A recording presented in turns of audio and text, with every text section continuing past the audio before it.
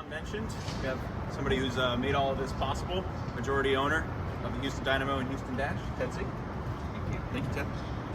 Thank you all for coming out, and thanks to Sean and our facilities team for leading the way on these improvements and the execution of those. What Sean described is the continuation of what our objective is in every season, particularly when we have the opportunity in an off-season, is to make improvements to create a better fan-friendly experience for our fans.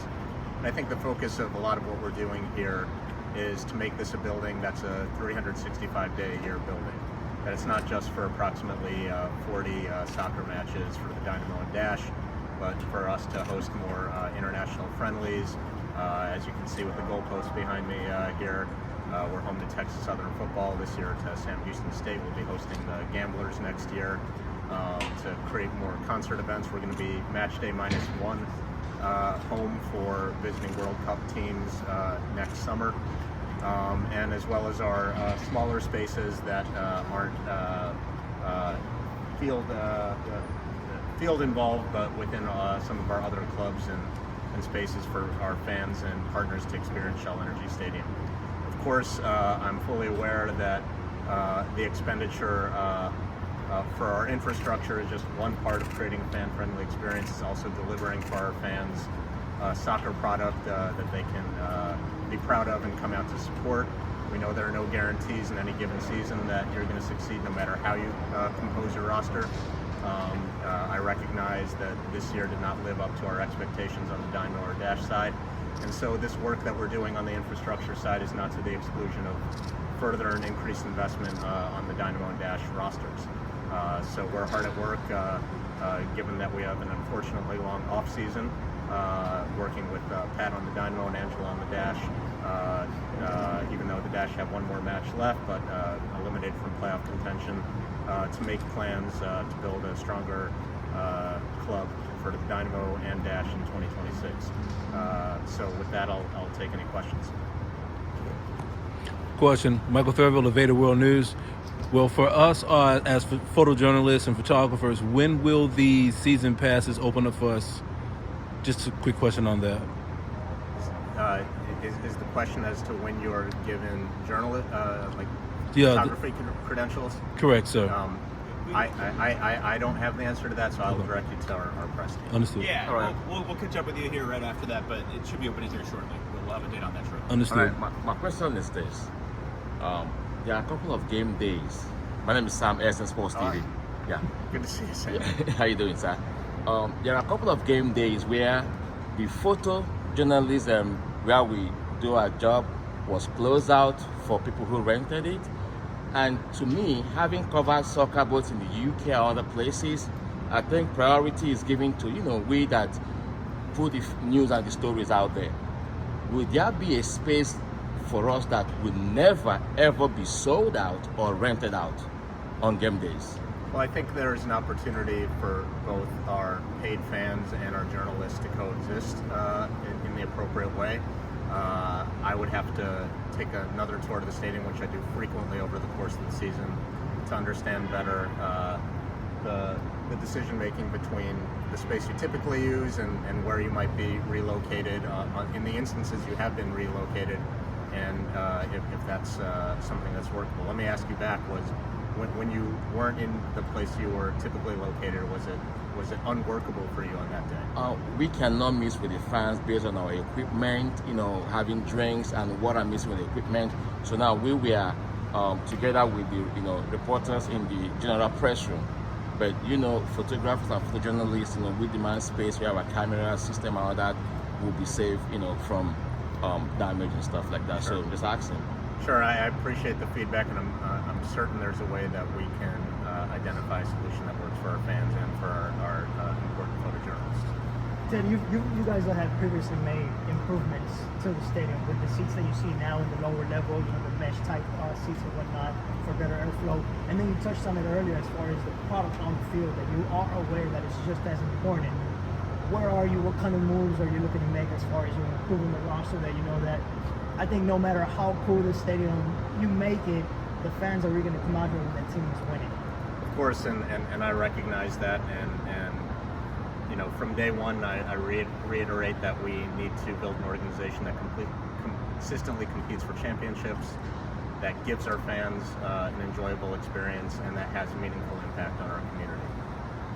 I'm very proud of the work we're doing on the community side. I hope you were at our Boots and Suits a couple weeks ago, which is our leading community charity event for the season. We inherited a stadium that pales in comparison to a lot of the new soccer facilities in Major League Soccer. And so rather than accepting that as the ongoing status quo, we knew that every offseason we can make improvements to make it more comfortable for our fans. But of course, we know that they will only continue to show up, even if they've had a good experience, if we field a competitive roster. And so we know where we fell flat this year, particularly on the Dynamo side. I'll say that after we were eliminated from contention following the San Diego match, Pat Onstad flew up to New York, and Pat and I speak weekly on a regular meeting for over an hour, and we have offhand calls over the course of the week. We had a 3-hour session in New York. We've had subsequent multi-hour sessions planning how we're going to improve the roster for next year. I think we are all familiar, you who cover the club day to day, where our weak points were last season, where we were vulnerable, where we didn't appropriately backfill in certain instances to prepare for untimely injuries. And so we know where the priority spots are. We have a plan to address those, and I know Pat is already hard at work doing so. Ted, what has been the reception of the mesh seats, and can you speak about it if there are other stadiums that have them, or is this just the Dynamo? It's not just a Dynamo thing. We actually took inspiration from, again, some of those newer, higher cost MLS facilities that we've been exposed to. So for example, in Nashville and in Austin, where you have warm climates in the summertime, we toured those before making those sorts of improvements.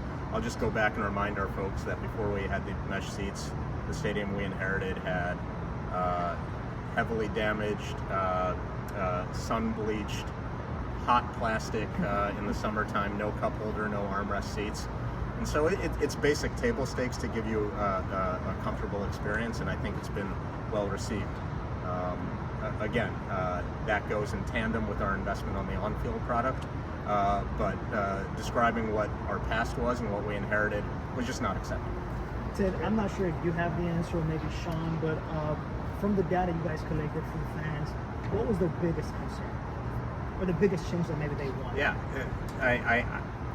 Sean is probably more intimately familiar with the data, but we've all been here at a July match, and we know what the biggest concern is. It's really hot. It's really hot, and so how do we mitigate that in a way that we can do in the near term, right? There are certain fixes that you can do in an off season. And so is it the installation of mesh seats? Is it the installation of more fans to create more circulation? Is it the creation of more air-conditioned spaces, of which, again, we inherited a very, very low number on a percentage basis in comparison to our competing MLS clubs. So these are some of the things that we've done in past years, and we're going to continue those refinements every year.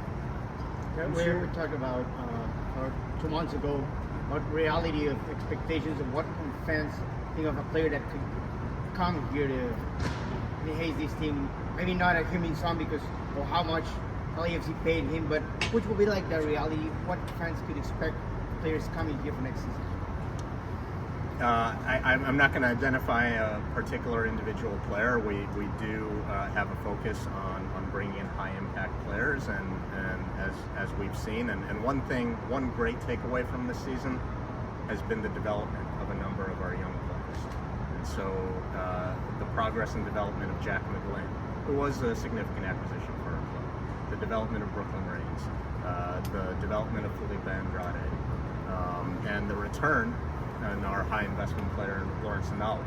Bringing all those guys back for a full season next year, and seeing how much more they can progress is one element of it. That will be complemented by somebody from the outside that we'll be bringing in.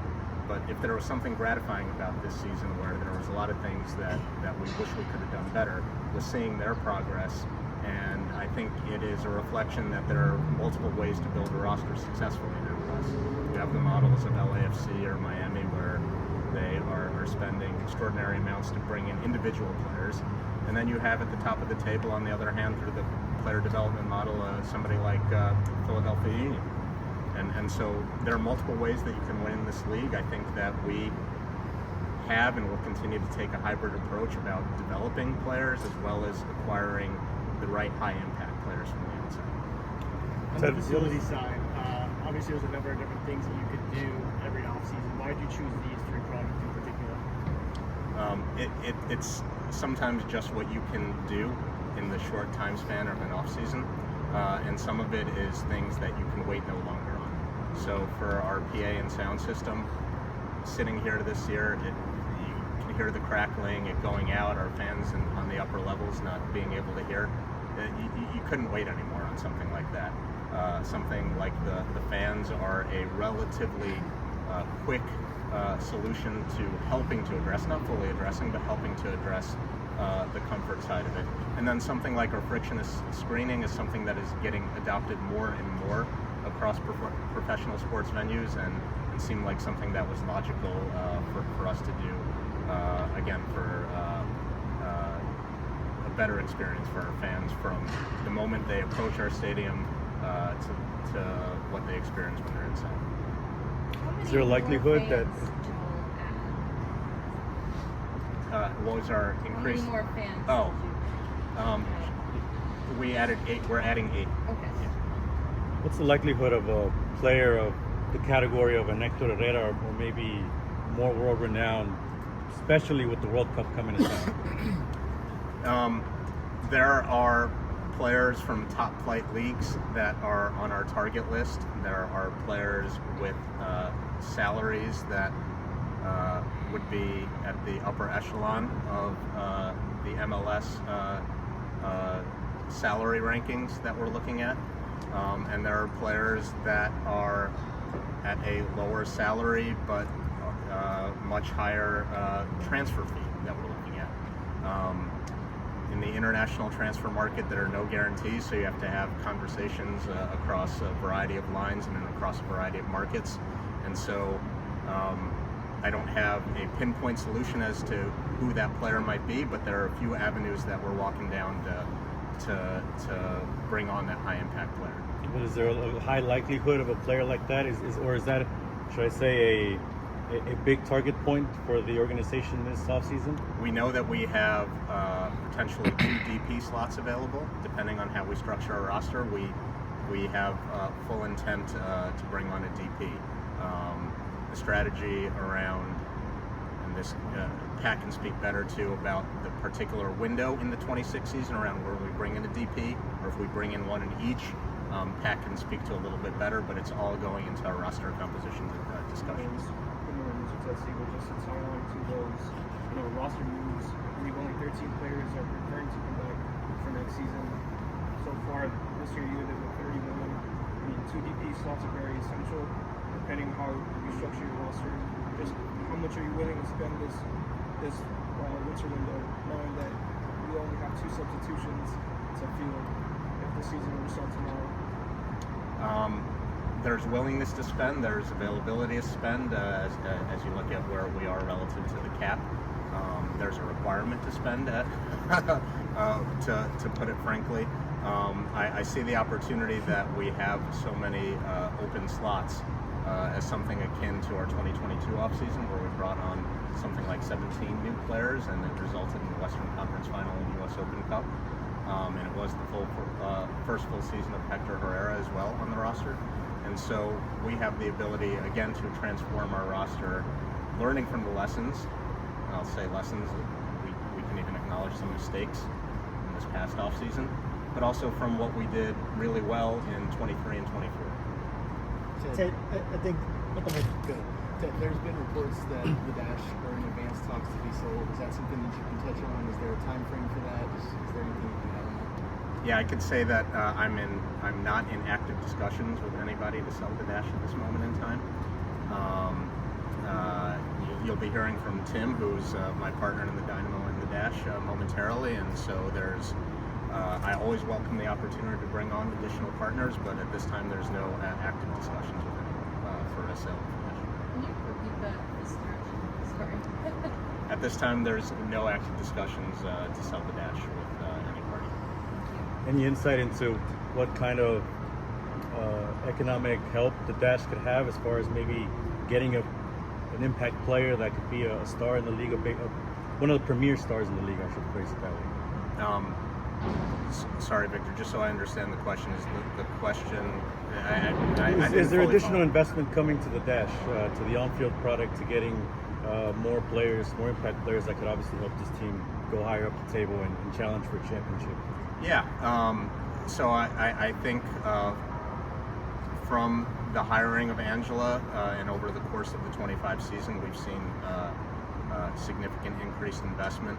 I think we've seen a good roster overhaul. I think that's translated to results whereas it's not where we want to be, but we're just outside the playoff picture, which is an improvement from being at the bottom of the table. We have players who featured this week at the U.S. Women's National Team with Avery Patterson and Yasmin Ryan, and frequently when she's healthy, Jane Campbell as well. So we have 3 U.S. Women's National Team players who are consistently on that squad. Not to mention, frequent participants on the Canadian side and other international teams. Angela and I have had those discussions already about enhancing our roster. Similar to the Dynamo, we're pursuing multiple avenues, and there are some high-profile targets. Where that lands is uncertain, again, just how the global transfer market works. You asked specifically about the on-field improvements. There's also enhancements to our sporting and technical staff, which I think we made in this last offseason, and I know Angela has a long list of requests going into this season. We're going to work through what we can add on that front. But just how do you balance that, the Dynamo and the Dash, so that you're able to maybe adequately fund both teams?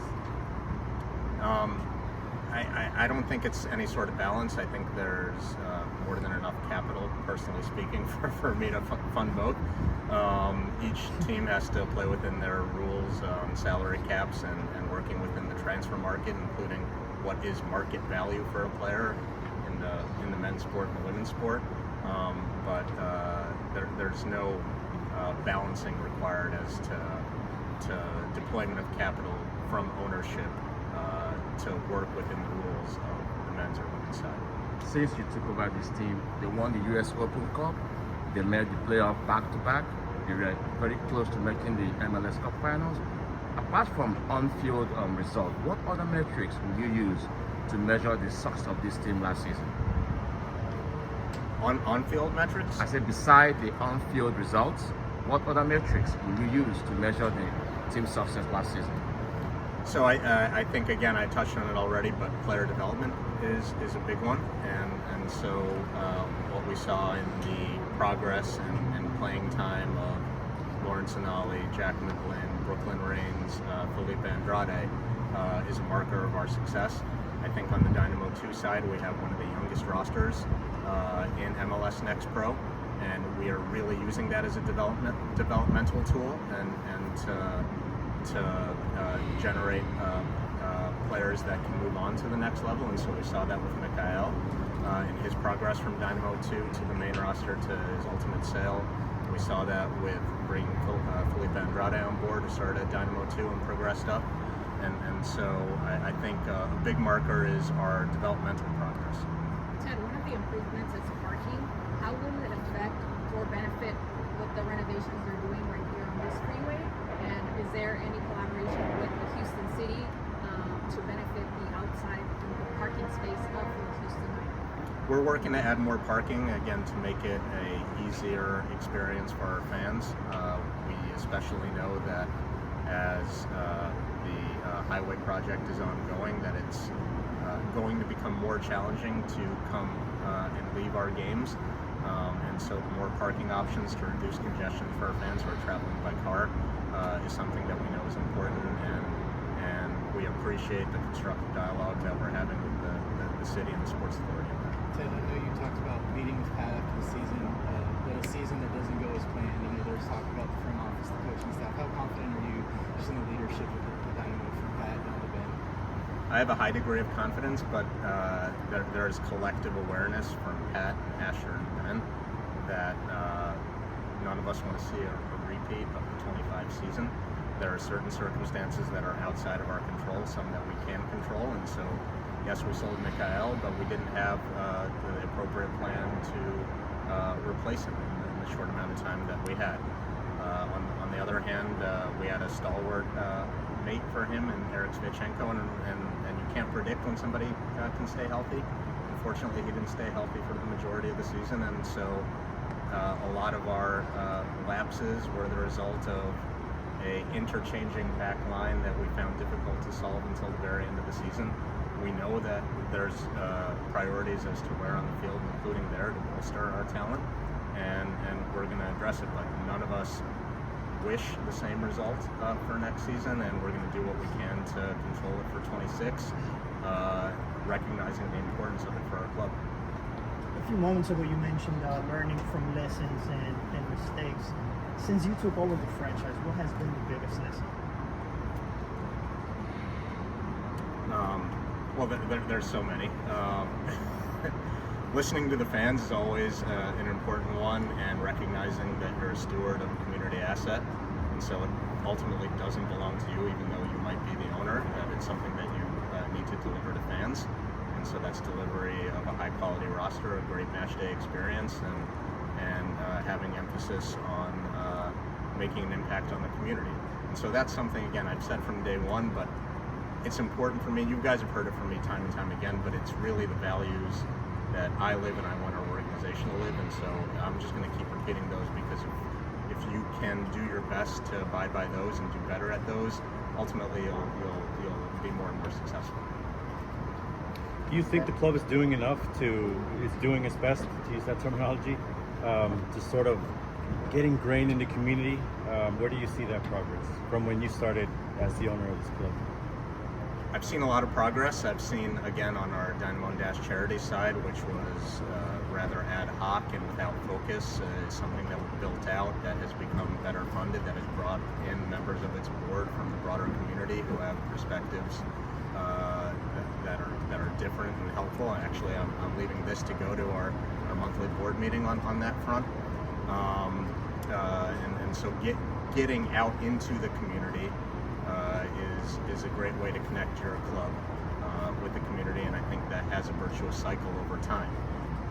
Should we be doing more? Yes, and I think we're putting people in the appropriate positions to get our players out there more. We know our players aren't out there enough, and sometimes they need a little bit of a reminder that they need to get out there more, and it's something that we're fully aware of, and I think you'll be seeing them out there more in 2026. And if they're not, honestly, it's a little bit foolish for them, because the eyes of the world are going to be on this city and this market next year. And if they ever wanted to increase their visibility, there's going to be no better time than this 2026 World Cup season.